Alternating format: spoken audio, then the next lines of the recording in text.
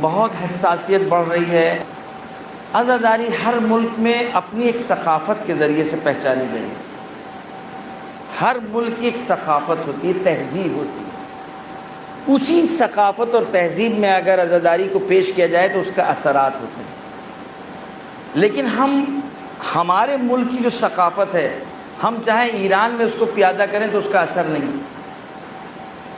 ایران کی ثقافت عزاداری میں جو کلچر ہے اس کو یہاں لے آئیں تو وہ ہمارے لیے وہ اثر نہیں رکھے۔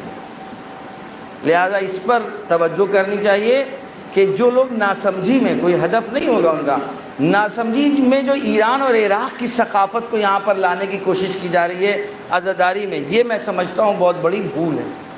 ہمارے ملک میں ہندو ہیں، ہمارے ملک میں سکھ ہیں، ہمارے ملک میں عیسائی ہیں، وہ امام حسین کو امام حسین کے نام سے جانتے ہیں، امام حسین علیہ السلام کو امام حسین کے پرچم کے نام سے جانتے ہیں، امام حسین علیہ السلام کو اسی علم کے نام سے جانتے ہیں، حضرت عباس علیہ السلام کو اسی ذوالجناح کے نام سے جانتے ہیں۔ لہذا اگر ہم انہی کو پہچانوانا چاہتے ہیں تو کلچر کی پوری طریقے سے حفاظت کرنا ہوگی۔ ایک سلوات بھیجیے محمد۔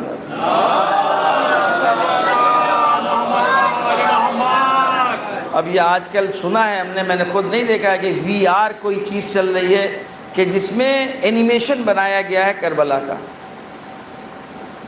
توجہ کیجئے، اگر بچوں کے ذہن میں حضرت عباس کی وہ امیج پڑ گئی جو اینیمیشن میں کمپیوٹر کے ذریعے دکھائی گئی ہے، تو جب بھی جناب عباس کے فضائل اور گفتگو کی جائے گی تو بچے کے ذہن میں وہی امیج آئے گی جو اینیمیشن میں بنا کے پیش کی گئی ہے۔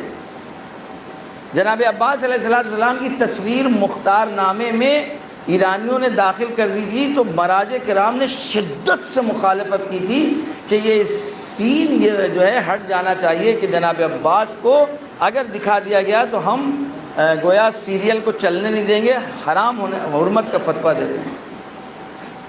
اب عرب کلچر میں یہ عام سی بات ہے، وہاں 15-16 محرم کو سید سجاد کو دکھاتے ہیں کہ وہ زنجیروں میں جکڑے میں ہیں، تھوڑی دیر کے بعد ابھی وہ پگڑی بھی نہیں اتارتے ہیں، سگریٹ نہیں بس جلا کے پی رہے ہوتے ہیں۔ اگر یقین نہ ہو آپ ایران میں آئیے گا، ہم آپ کو دکھا دیں گے جہاں جناب سید سجاد ابھی وہ اونٹ پر بیٹھے تھے اور وہ خطبہ بیان کر رہے تھے اور ابھی جلوس ختم ہوا تھا۔ اب ظاہر کپڑے تو وہاں بدلیں گے جا کے نا، اب ان کو سگریٹ کی ضرورت پڑ گئی۔ میں نے خود دیکھا ہے، سنی ہوئی بات نہیں کر رہے ہیں، اور انہوں نے سگریٹ جلائے پینے۔